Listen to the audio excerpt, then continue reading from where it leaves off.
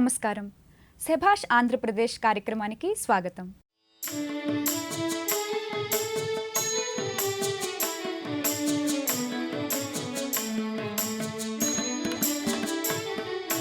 సుభాష సుధాశాల ప్రభాకళ వికాసాల శుభాహ్వాన గానమై తిలకించగ పిలిచే సుభాష సుధాశాల ప్రభాకళ వికాసాల శుభాహ్వాన గానమై తిలకించగ పిలిచే శభాషాంధ్రప్రదేశమై విహరణకై వెలిసే శభాషాంధ్రప్రదేశమై విహరణకై వెలిసే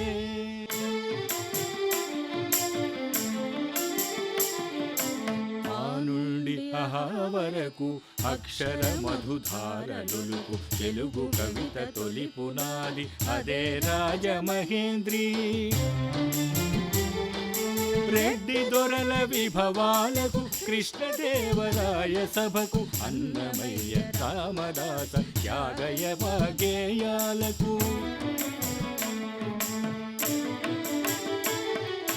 గోదావరి కృష్ణ పెన్న తుంగభద్ర వంశధార ఇంద్రకీల దుర్గమ దర్గాల నేల గుణదల తిరుమల శ్రీగిరి అరకులోయ సింహాద్రి పైడి తల్లి అరసవల్లి ఉక్కు ఉప్పొంగు కడలి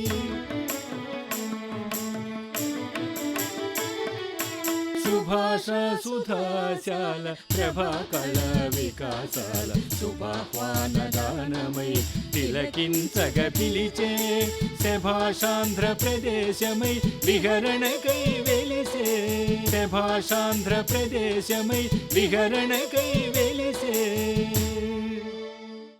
ఆంధ్రప్రదేశ్లోని ప్రతి ప్రాంతానికి ఒక విశిష్టత ఉంది, ఒక వైవిధ్యత ఉంది, ఒక నేపథ్యం ఉంది. భిన్న వర్ణాల పుష్పాలతో కూర్చిన కదంబమాల వంటి మన శభాష్ ఆంధ్రప్రదేశ్లో ఈరోజు మనం చారిత్రాత్మకంగా పేరు పొందిన కొండపల్లి కోట గురించి తెలుసుకుందాం.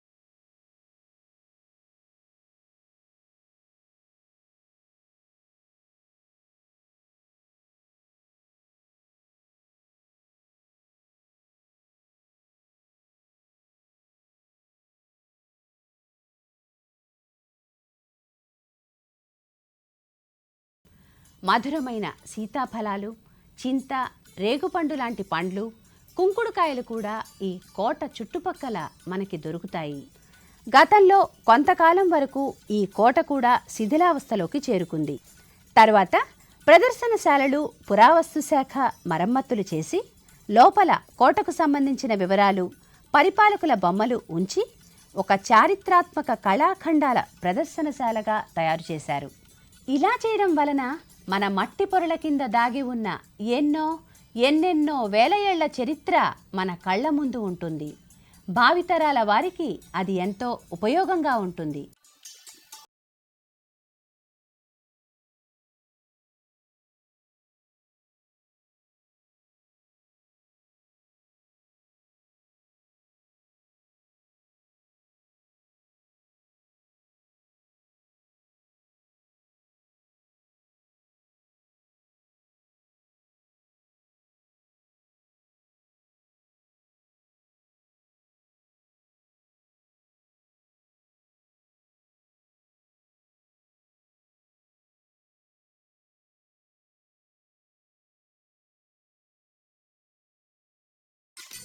కొండపల్లి కోట చూసిన వారికి ఎవరికైనా ఏనాటి రాజులో ఈనాటికి ఇలా మన కళ్ళ ముందు జ్ఞాపకాలై మిగిలిపోయారు అనే మాటని స్మరణకి తెస్తుంది.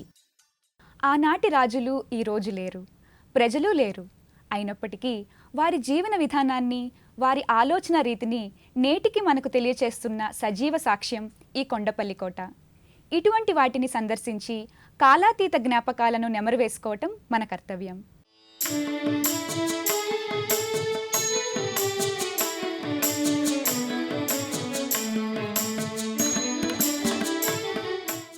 బుట్టబొమ్మ బుట్టబొమ్మ నన్ను చుట్టుకుంటివే. ఎక్కడిది బుట్టబొమ్మ? ఎక్కడో లేదు, మన విజయవాడ దగ్గరలోని కొండపల్లి గ్రామంలో తయారవుతుంది. ఒక బుట్టబొమ్మే కాదు, బుట్టల కొద్దీ వివిధ రకాలైన బొమ్మలు తయారు చేస్తారు ఆ గ్రామంలోని కళాకారులు. మరి ఆ కళ ఏమిటో, కథా కమామిషు ఏమిటో చూసొద్దామా? ఆంధ్రప్రదేశ్ విభిన్న సంస్కృతులకు, భిన్నమైన సాంప్రదాయాలకు, అనేక రకాలైన కళలకు ఆలవాలం. ఒక్కొక్క ప్రాంతంలో ఒక్కొక్క కళ విలసిల్లుతూ వస్తోంది. అటువంటి మహత్తరమైన కళని ఏనాడో తమ పూర్వీకులు అందించిన దాన్ని అందిపుచ్చుకుని ఇప్పటికీ ఆ చేతి కళా నైపుణ్యాన్ని ప్రదర్శన చేస్తూ ఆ కళకి కొత్తగా జవజీవాల్ని ఇస్తున్నారు. అలాంటి ఒక కళ గురించి ఈ రోజున మనం శభాష్ ఆంధ్రప్రదేశ్లో ముచ్చటించుకుందాం.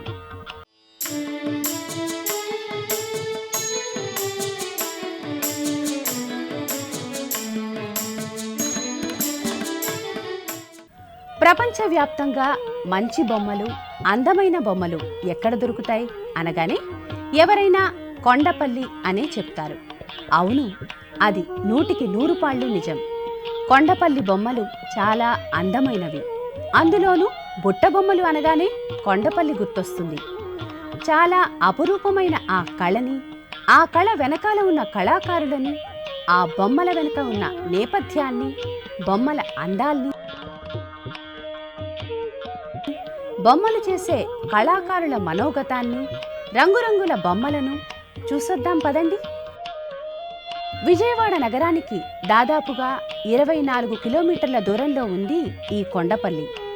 ఎప్పుడో కొన్ని ఏళ్ల క్రితం రాజస్థాన్ నుంచి ఈ ప్రాంతానికి ఈ బొమ్మలకి ప్రాణం పోసే కళాకారులు వలస వచ్చారు అని చెప్తారు. మా తాతలు ఎక్కడి నుంచో వచ్చారు, రాజస్థాన్ నుంచి అని అంటారు. కానీ మేమైతే ఇక్కడే పుట్టి పెరిగాం, ఇక్కడే నేర్చుకున్నాం సార్ పని. మా తాతల తండ్రుల కాడి నుంచి ఇదే పని. అయితే మేము ఈ పని చేసుకుని ఏ రోజు ఆ రోజు చేసుకుని కాలం గడుపుతూ ఉంటాం. ఇతిమిత్తంగా ఇంతకాలం అని లెక్కలో లేదు, కానీ వాళ్ళ చేతులు మాత్రం ఒక అద్భుతాన్ని చరిత్రకు అందించాయి. భారతదేశ కళా ప్రపంచంలో తమదైన ముద్రను వేశాయి. ఎందుకు ఈ బొమ్మలు ఇక్కడే తయారవుతున్నాయి అనే ప్రశ్నకు ఒకే ఒక సమాధానం. ఆ బొమ్మకి అవసరమైన ముడిసరుకుగా చెప్పబడే తెల్లపొనికి చెట్టు ఈ కొండల మీద విపరీతంగా దొరకడం వల్ల అంటారు ఇక్కడి బొమ్మల తయారీదారులు. ఒకప్పుడు ఈ తెల్లపొనికి కర్ర విపరీతంగా దొరికేది. పెళుసుగా ఉంటూనే గట్టిగా నిలబడటం ఈ కర్ర జాతికి ఉన్న ఒక అరుదైన లక్షణం. చేతిలో ఉన్న చిన్న కత్తితో వివిధ రకాలైన బొమ్మలు చేయడానికి ఈ కర్ర బాగా ఉపయోగపడుతుంది.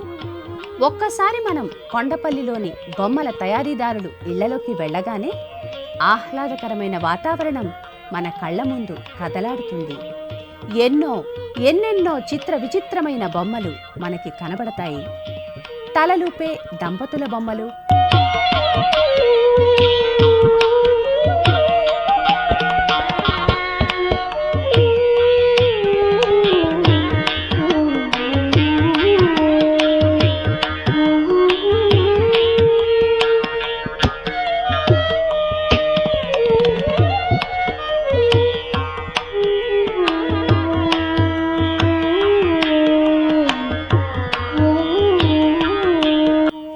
తెల్లపొనికి కర్ర తీసుకువచ్చిన తర్వాత వాటిని అవసరమైన ముక్కలుగా వేరుచేసి బూజు పట్టకుండా ఎండబెట్టుకుంటారు. లేకపోతే కర్ర విరిగిపోతుంది.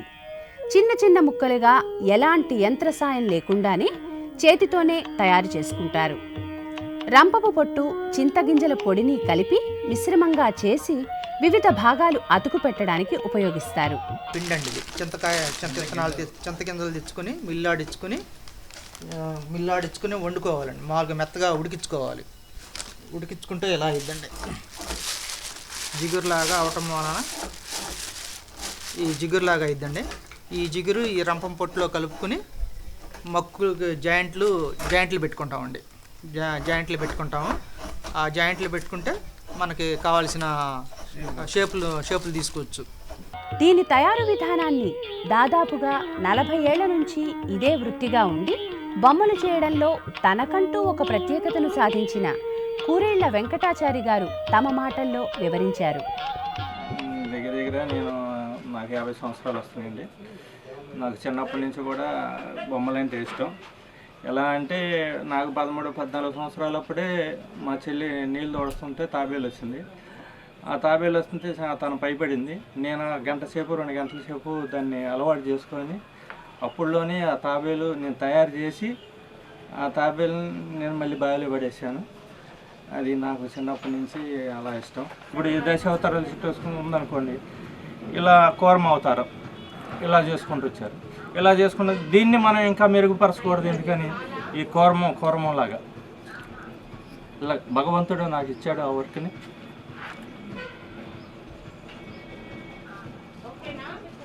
దాన్ని నేను ఇంకా ఇంప్రూవ్ చేసుకుంటూ వచ్చాను. ఈ కళ అనేది ప్రతి ఒక్కరికి తెలియాలి. దానికోసం ప్రతి ఒక్కళ్ళు శుభ్రంగా కొనాలి. కొనేవాళ్ళు కూడా చూసుకొనుకుంటే మాలో కళాకారులు కూడా శుభ్రం చేయడానికి ప్రయత్నిస్తారు. ఇది మనకి గట్టి నుంచి వస్తుందండి.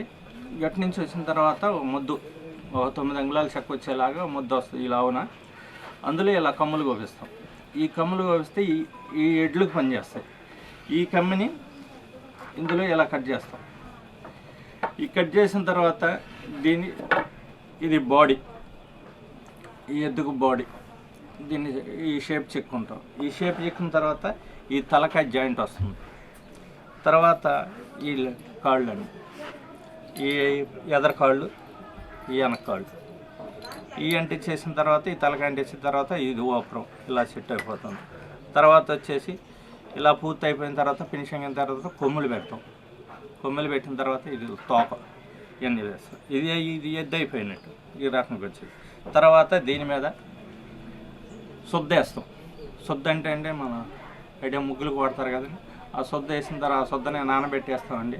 నానబెట్టేసేసి మనం కొంచెం పలసగా కలిపేసేసుకొని ముందు ఫస్ట్ మొత్తం శుద్ధ వేసిన తర్వాత అది ఆరిపోయిన తర్వాత మడ్డి కోటింగ్ వేస్తాం. మడ్డి కోటింగ్ 2 సార్లు వేసిన తర్వాత ఫైనల్గా ఎనామిల్ పెయింట్ ఇలా తయారవుతుంది.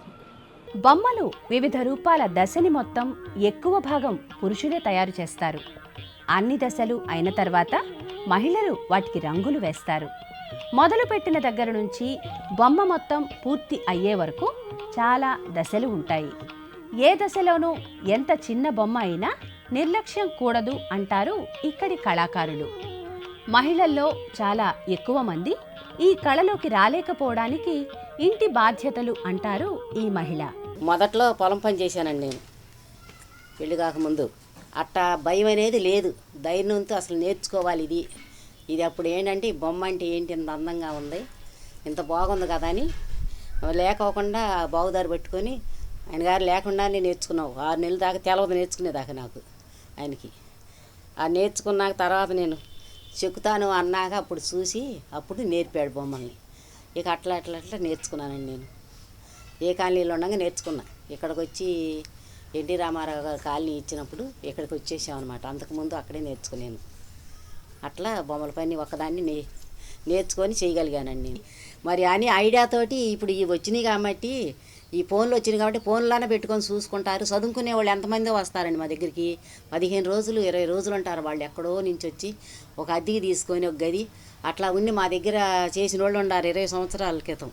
మరి అలాంటి వాళ్ళకి రావాలంటే చదువులకి వచ్చినప్పుడు అది రాసుకురమ్మంటారు. ఎక్కడి నుంచి రాసుకొస్తారు మేము లేకపోతే? అది మేము ఉంటేనే వాళ్ళు వచ్చేది. అది ఒక్కోసారి బాధ అవుద్దనమాట. ఏంటి ఈ కళ అనేది ఇట్లా అంతరించడం ఏంటి అనిపించింది. అది గవర్నమెంట్ పట్టుకున్నా కానీ మధ్య వాళ్ళు దళారులు తినేస్తున్నారు. ఆ దళారులు తినటంలో వీళ్ళు ఈ కళ అనేది చచ్చిపోతుంది. కళ అనేది బతికిచ్చి పెరగాలి. 100 మంది ఉన్నారు, 100 మందికి ఇంకో 200 మంది పెరిగితే అదొక ఆనందంగా ఉంటుంది కదండి. మరి మాకు ఆనందంగా ఉంటుంది కదండి. టీవీల్లో చూస్తుంటే మరి ఇంతమంది చూస్తున్నారే, ఇంతమంది చేస్తున్నారే మనం చేసిన బొమ్మ, మన కళ అనేది మరి దాంట్లో ఉండి బతికిస్తున్నారు అని కళ అంటుంది. తర్వాత ఈ ముందు కాలంలో వీళ్ళందరూ చేయిపోతే ఆ కళ అనేది వాటిలో చూసుకుంటమే కానీ పలానా మడి చేశారని తెలవదు కదండి. అది మాకు బాధ కలుగుతుంది అన్నమాట. ఏనాడో పుట్టిన కళని పెరగాలి కానీ చంపేయకూడదు దాన్ని. ఇప్పటికీ చాలా కుటుంబాలు ఈ బొమ్మల పరిశ్రమ మీద ఆధారపడి ఉన్నాయి. అయితే ఇదివరకు దొరికినంత విరివిగా కర్ర దొరకడం లేదు. ఇదివరకు కొండ మీద దొరికే కర్రని ఇప్పుడు కొనవలసి వస్తోంది. ముడిసరుకు ఖర్చు పెరిగిపోవడం వల్ల పనులు సాగడం లేదు అని ఈ కళాకారుడు అంటున్నాడు. చాలా వరకు దీని మీదే జీవిస్తున్నామండి. దాంతోపాటు మా అబ్బాయి, మా మిస్సెస్, మా కోళ్ళు అందరూ పెయింటింగ్ చేస్తా దీని మీదే జీవిస్తామండి. కొనుక్కోవటం చెక్క పొలపల్లి తీసుకొస్తారు. పొలపల్లి దగ్గర నుంచి మేము కొనుక్కుంటాం. అక్కడ మేము తయారు చేసి మా షాప్లోనే పెట్టుకుంటాం. మేము హైదరాబాద్ శిల్పారామంకి అంటే ఇక్కడికి వచ్చిన వాళ్ళకి, లోకల్ వాళ్ళకి వచ్చిన వాళ్ళకి అమ్ముతాం. ఎంత చేస్తూ ఉంటాం. కర్రలు గట్టి కర్ర అంతా ఆరితేనే, లేకపోతే పచ్చిగా ఉంటే బూజు వచ్చేస్తుంది. బూజు వచ్చిందనుకో పెయింట్ మీద తెల్లగా వచ్చేస్తుంది. అది మార్కెటింగ్ ఇప్పుడు ఆన్లైన్లో కూడా ఫోన్లు చేస్తూ ఉంటారండి, పంపిస్తూ ఉంటాం మేము. పోస్ట్ ఆఫీస్ ద్వారా ఇది మామూలుగా పంపిస్తూ ఉంటాం మేము. ఎక్కువ కూడా ఇప్పుడు ఈ మధ్య చాలామంది ఫోన్లు చేస్తున్నారు. చూసి ఫోన్లు చేసేటప్పటికే వాళ్ళకు కూడా మేము పంపిస్తూ ఉంటాం. టూరిస్ట్ డిపార్ట్మెంట్ వాళ్ళు ఎవరేమో బస్సులు ఏం రావు సార్ ఇక్కడికి. ఎందుకు అదన్నా వచ్చితే మాకు కొద్దిగా ఎక్కువగా సేల్ ఉంటుంది. వాళ్ళు ఎవరు తీసుకురారు బస్సులు ఎవరిని. అదే కనకదుర్గమ్మ గుడి అవన్నీ చూపిస్తారు కానీ కొండపల్లి ఇవి చూపించారు సార్. కిల్లా చూపిస్తారు, మళ్ళీ బొమ్మల కాలనీ బొమ్మలు ఇట్లా చేస్తున్నారని చూపించరు సార్. ఆధునిక మార్కెట్ విస్తరిస్తున్నా రేట్లు మాత్రం చివరిదాకా రావడం లేదు. మధ్యలో దళారీ వ్యవస్థ ఇక్కడ కూడా ఉండడం వల్ల ఈ కళ అంతరించిపోయే అవకాశం ఉంది అని వీరి వాదన. అలాగే రహదారి సౌకర్యం కూడా ఉంటే కాస్త ఇంకా ఎక్కువ అమ్మకాలు జరగడానికి అవకాశం ఉంటుంది అనేది ఎక్కువ మంది అభిప్రాయంలాగా వినిపిస్తోంది.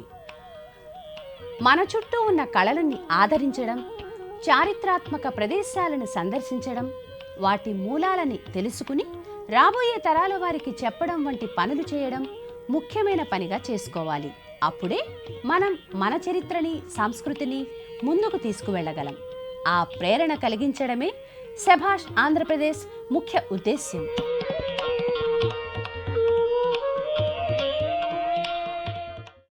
చూసాం కదా, ఒక బొమ్మ తయారవ్వాలంటే ప్రతి చిన్న విషయంలోనూ కర్ర దగ్గర నుండి ఎంత జాగ్రత్త తీసుకోవాలో అలా ఉంటేనే ఒక నిర్దిష్టమైన బొమ్మ తయారవుతుంది. సంక్రాంతికి, దసరాకి బొమ్మల కొలువు పెట్టేటప్పుడు కొత్త కొత్త ఐడియాలతో అలంకరించవచ్చు కదా. మరి వచ్చే వారం మళ్ళీ కలుద్దాం.